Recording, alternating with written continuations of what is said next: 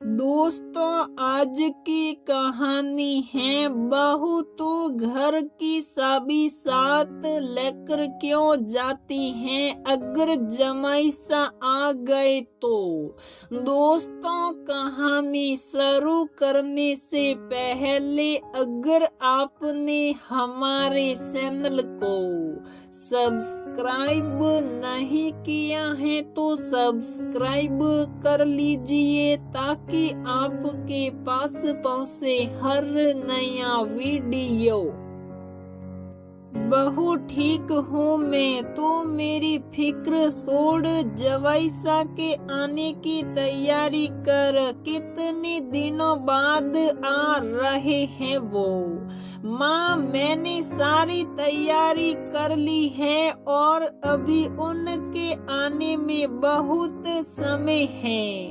तब तक तो मैं आपको दवाई दिलाकर ले आऊंगी। अगर आप पहले ही मेरी बात मान लेते तो दाढ़ का दर्द इतना नहीं बढ़ता। दर्द के कारण रात भर सो नहीं पाए और आप क्या अपने जमाईसा के सामने मेरी इमेज खराब करना चाहते हो? सोचेंगे मेरी सास कितनी अत्याचारी है जो अपनी सासू माँ का ध्यान नहीं रखती। चलो जल्दी, मैंने डॉक्टर से अपॉइंटमेंट ले रखी है। सुलोचना जी हंसते हुए बोली। उनकी इस बात पर सासू माँ सावित्री जी भी मुस्कुराए बगैर ना रह सके। क्लिनिक में जाते ही सावित्री जी का नंबर आ गया और वह 1 घंटे में ही वहां से फारिग हो गए। सुलोचना जी व सावित्री जी दोनों ही खुश थी। चलो जमाई के आने से पहले ही दोनों घर पहुंच जाएंगे क्योंकि उनका घर क्लिनिक से आधे घंटे की दूरी पर ही था। लेकिन ये क्या, इतना जाम! जाते समय तो रोड बिल्कुल खाली था और अब हे भगवान, अब क्या होगा? दोनों ही सास बहू मन ही मन बुद्ध बताते हुए बोली, भैया जी ये जाम कैसा? कितना समय लग जाएगा इसे खुलने में? पता नहीं बहन जी, मैं खुद 15 मिनट पहले ही तो यहाँ से निकला था। तब तो कुछ नहीं था और जाम का पता चलता है कि कब खुले। खुलने को अभी खुल जाए और लगने को 1 घंटा भी लग जाए। कैब ड्राइवर भी जाम को देख बुन बुनाते हुए बोला, हे भगवान, बहू क्या तू चाबी देकर आई है अपनी पड़ोसन को? नहीं माँ, वह तो आज सुबह ही कहीं निकल गई। तो अब अगर जमाईसा आ गए तो क्या वह बाहर खड़े रहेंगे? यहाँ तो किसी को दूसरे से बात करने की फुर्सत नहीं, तो घर में बैठाना तो दूर की बात। जान कर भी अनजान बने रहते हैं लोग। सावित्री जी चिंतित होते हुए बोली, फिक्र मत करो माँ, जाम जल्द खुल जाएगा और हम उनके आने से पहले पहुँच जाएंगे। सुलोचना जी ने कह तो दिया लेकिन उनका दिल खुद घबरा रहा था। उनकी बेटी की शादी 1 साल पहले ही हुई थी। बेटी दामाद दूसरे शहर में रहते थे।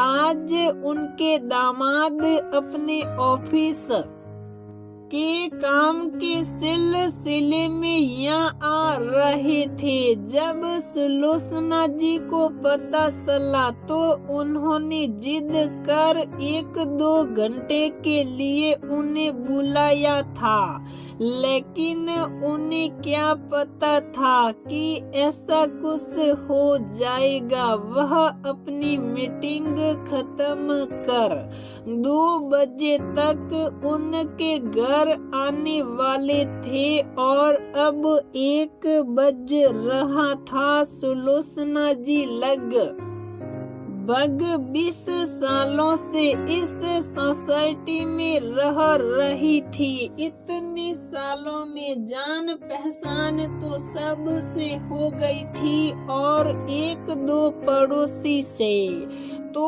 उनकी अच्छी खासी बनती भी थी, लेकिन सोसाइटीज में कितना भी मेल मिलाप हो, लेकिन वैसा अपनापन नहीं जैसे छोटी कॉलोनियों व गांव में होता है। सुलोचना जी को परेशान देख सावित्री जी बोली, बहू ऐसी बातों में अपना गांव बहुत सही है। किसी की भी बहन बेटी या जमाई आ जाए सब उसे अपना समझते हैं।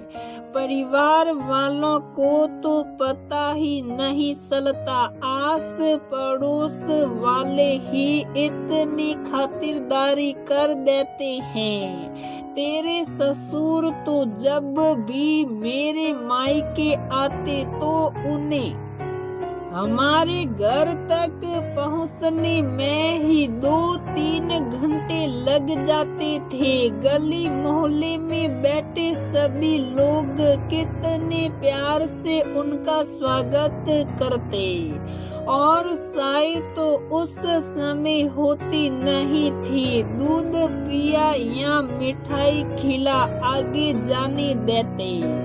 वह तो हमेशा हंसते थे कि भाई ससुराल में आना मतलब दुगना खाना। सच में क्या दिन थे वो। सुनकर सुलोचना जी भी मुस्कुरा उठी। सच ही तो कह रही थी सास, वो दिन भी क्या दिन थे। उसका मायका भी एक छोटे से कस्बे में था। उस समय लैंडलाइन का चलन था और वह भी उनके घर नहीं था। तो कई बार तो उनके पति फोन करके उन्हें लेने आते और कई बार ऐसे ही कितनी बार हुआ कि जब वह उन्हें लेने आए तो घर पर ताला मिला, लेकिन उन सब के ना होने से उन्हें कभी परेशानी नहीं हुई, क्योंकि उनके मम्मी पापा के आने से पहले ही पड़ोसी उनको जलपान से लेकर खान पान भी करवा देते। सच कहती हैं सासू माँ, उस समय बहन बेटी व दामाद सबके साजे के होते थे। उनके स्वागत सत्कार का जिम्मा केवल उस परिवार का नहीं अपितु सबका होता था। जब भी वह अपने मायके से विदा होकर आती, उनकी गली के सभी लोग कितने भावुक हो जाते थे और सभी सने से उनके हाथ में जिससे जो बनता उतने पैसे रखते। सच कितना प्रेम भाव था उन दिनों, और आज रहने को वह कितनी अच्छी सोसाइटी में रह रही थी। सबसे बोलचाल भी है, लेकिन वह बेफिक्री नहीं कि दामाद आएंगे तो पड़ोसी देख लेंगे। कार के चलने से उनकी तंद्रा टूटी, देखा तो जाम खुल चुका था। ये देख उनकी जान में जान आई, तभी फोन की घंटी बज उठी। फोन दामाद का था। उन्होंने कांपते हाथों से फोन उठाया। हेलो मम्मी जी, मुझे 1 घंटा और लग जाएगा अभी आने में, मीटिंग थोड़ी लंबी चली। सुनकर दोनों सास बहू ने राहत की सांस ली।